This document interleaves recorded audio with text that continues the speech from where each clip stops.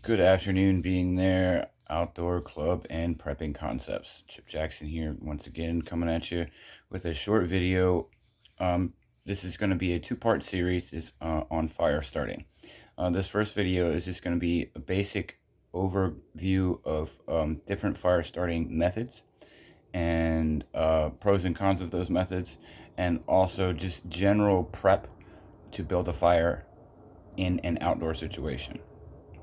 Okay, one of the first things that I was taught was you should never, ever, ever count on one way to start a fire. Very simple way, right? I got one sitting right here. Is your standard Bic lighter, right? Pretty straightforward. You find dry tinder. You build a tinder ball. You find some smaller sticks and then some bigger wood to burn for heat, and you kind of get yourself all set up, and you light your tinder bundle, you add your sticks, you keep building your fire until it gets nice and established, and you're good to go. Okay, so let's talk about establishing a place for your fire. Okay, sometimes you'll go to some campsites and they have pre-established fire rings that they want you to use, so that way you're not damaging the ground all over the place. And they'll put rocks around it and stuff like that. But what you need to watch for: has it rained recently? Now, the surrounding area may be completely dry and totally fine, but that fire pit acts like a bowl and it holds water. Especially once you burn in there a few times, the ground actually starts to harden, become brittle, and it kind of holds the water. And so if you have any old coals, any old fire material from previous fires in there, all that's going to be wet. Okay, so as soon as you set your tinder bundle and sticks down on that wet base and you try to light it, well, what does fire do? It draws, right? It pulls air, right? And it creates a drawing effect into the ground, right? Because it's pulling what's in the ground up, right? So if there's moisture in that fire ring, as soon as you light your fire, it pulls that moisture up into the fire and extinguishes your fire. So you have to dig that out and try to get as much of that wet material out as you can. If you really want to make sure you get a good fire, get some bark and lay that down in the bottom as a dry base, and then build your fire on top of that. Because once you get your fire going enough that it's going to burn up that bark, it doesn't matter that the bottom is a little wet anymore, because it's too hot and it's going to sustain itself. Okay, I'm going to talk about tinder bundles. Okay, you've heard, some of you guys may or may not have some experience in prepping and whatnot, and you may have heard things that are called feather sticks. Okay, what that is you're taking a stick with your knife, and you're kind of best way I could say is just you're kind of carving down into the stick and getting pieces of that wood to feather out. And you're kind of, what you're doing is you're increasing the surface area of that stick, okay, which will increase its combustibility. The larger the surface area, the more heat, the more combustion. Okay, what does fire require to exist, right? Air, fuel, and ignition. Okay, so you have to kind of take that into account when you're setting yourself up. A standard tinder bundle that you would make maybe out in the wild, and you're going to make what they call a rat's nest. You're going to take dry leaves, dry grass, anything that's kind of thin and dry and will catch quickly. That's what you want to look for. And you're usually not going to find that on the ground. You kind of have to look up and move around a little bit and kind of survey the area and just find what you can use. And I'll go over in other videos stuff that you can kind of specifically try to get a hold of that will help you. One thing is pine resin that will seep out of pine trees. You can take that off, put that in the fire, and it helps with the combustion. Okay, so we've kind of talked about setting up your ring, making sure you've got a dry area for your fire. Have your burning materials set up right away. You don't want to be trying to get that stuff while you're maintaining the fire. You want to kind of have everything set up for yourself so that you can light the fire, feed the fire, and now you're keeping the fire. Now you can walk away and do other tasks and toss the odd piece of wood on there to keep it going. So we're going to go over different fire starting methods and techniques. Okay, you have straight combustion, which again is kind of your lighter scenario. You have the plasma lighters that are out there and all those different things that you can use. I'll tell you one problem with a Bic lighter. If you get into really cold temperatures, number one, they don't like to work. And number two, say I left this out on the floor of my tent. It's going to get damp, and then the cold actually kind of messes with the plastic a little bit, and it can cause the butane to leak out. I've set a full lighter on the floor of my tent and woken up the next day, and it was deader than Julius Caesar because all the butane had leached out because the cold had caused problems with the plastic. Okay, so you have general combustion, matches, lighters, that kind of thing. Okay, then you have what's called a friction fire, right? And that's pretty much what it sounds like. Where, the whole, ugh, men rub stick together and make fire kind of thing, right? Well, basically that's a friction fire. You're taking two sticks together, you rub them together until they heat up, and eventually it will heat up to the point of combustion. Usually what it'll do is it'll cast off a bunch of dust, and that dust will turn into an ember, and you'll transfer that ember to your tinder bundle, and then you will blow that ember into flame, and then put the now flaming tinder bundle down and add your sticks and build your fire.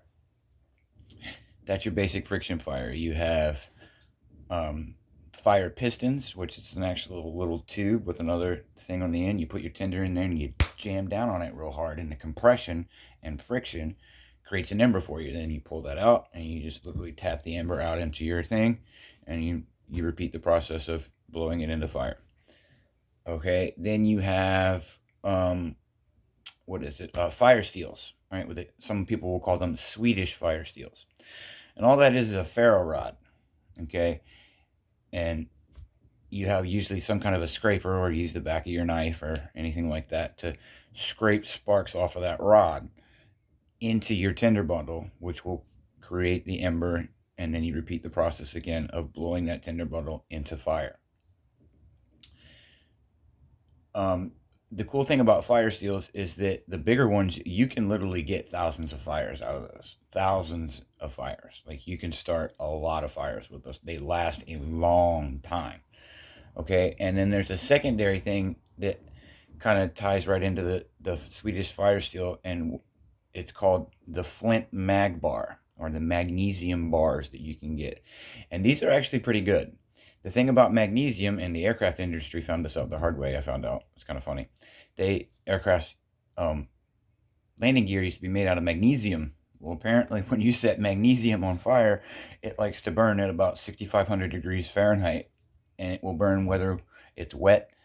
Actually, water makes it worse, apparently. And then, so they melted some planes before they figured out, we can't use magnesium in the landing gears.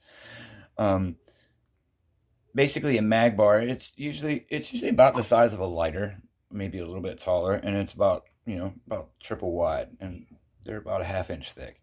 And all it is a piece of magnesium, which is a soft metal, and then what you'll have on the back side of that mag bar is a flint striker, right? It's just a long piece of flint, and it's embedded in the mag bar.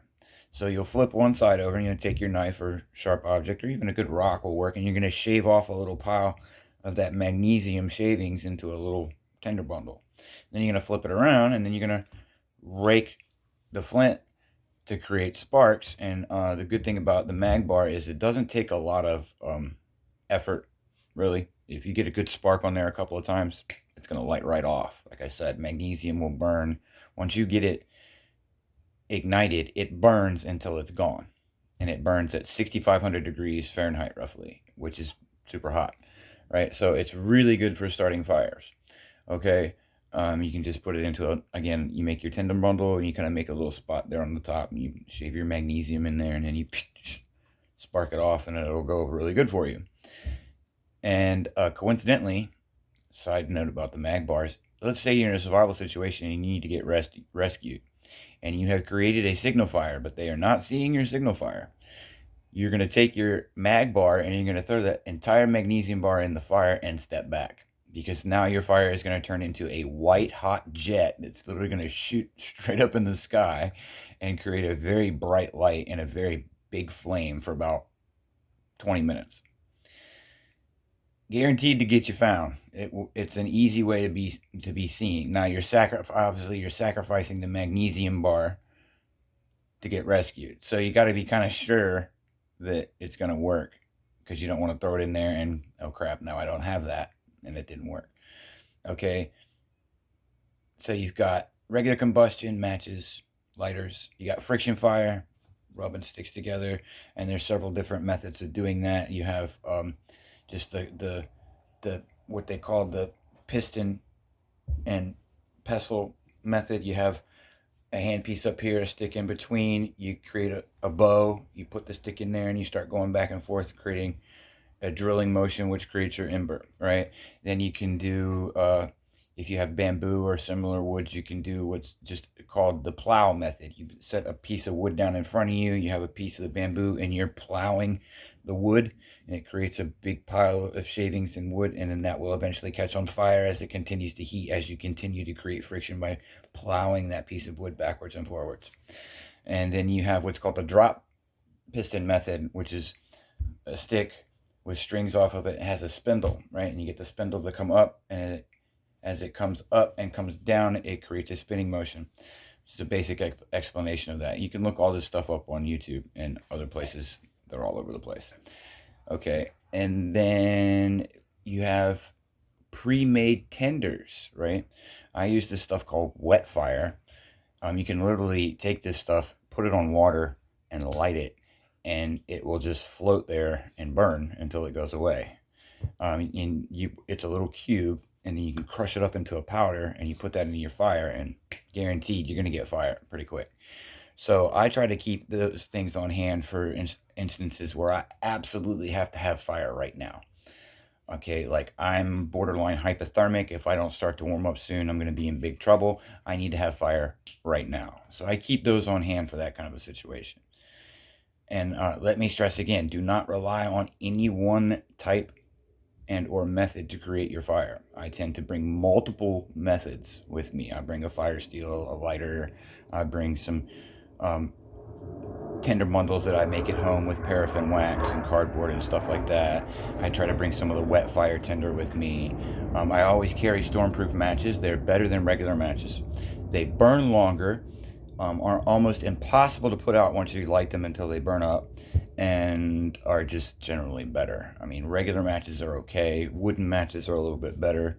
Obviously, you have to put them in a kind of a little tin and keep them dry, and you can keep a little bit of cotton in there as well. Cotton is outstanding for tinder. You just fluff it up, put a spark to it, and it goes. And then you have, the unorthodox methods of creating fire, like touching battery terminals, using things like that. One of the people I really like to watch is Les Stroud. He's a really good dude. He really knows his stuff. All of his Survivor Man books and his Survivor Man series are just excellent. Excellent. The man vets all that information. He knows exactly what he's doing. Done a lot of research on him. He is very well schooled in these things. He has the things that he likes to lean towards, just like everybody does. And you just find kind of what works best for you, and you do that. Okay, so that's my first video on the fire starting series. There is going to be a second part where I actually physically show you on the video how to start a fire using a couple of different methods. And the first two I'm probably going to use is just a straight combustion method, and then I'm going to use a ferro rod or a Swedish fire steel and show you how to use that method as well. Okay, so this was just a preliminary video to kind of give you a general idea of the concepts that you need to kind of be rolling around in your head as far as things that you want to do around having your fire starter kit, which is, it really is, you're going to kind of build a kit that you take with you when you go camping or hiking or you're in a survival situation.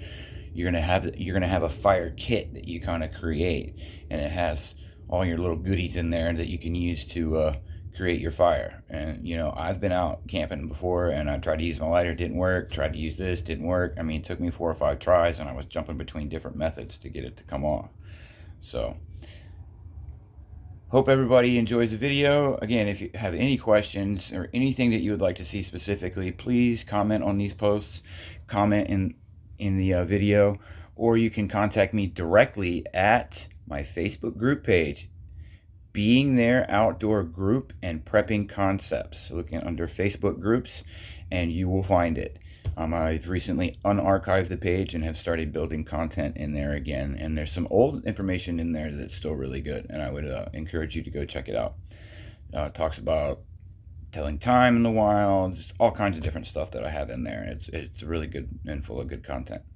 So be safe, be awesome, be there.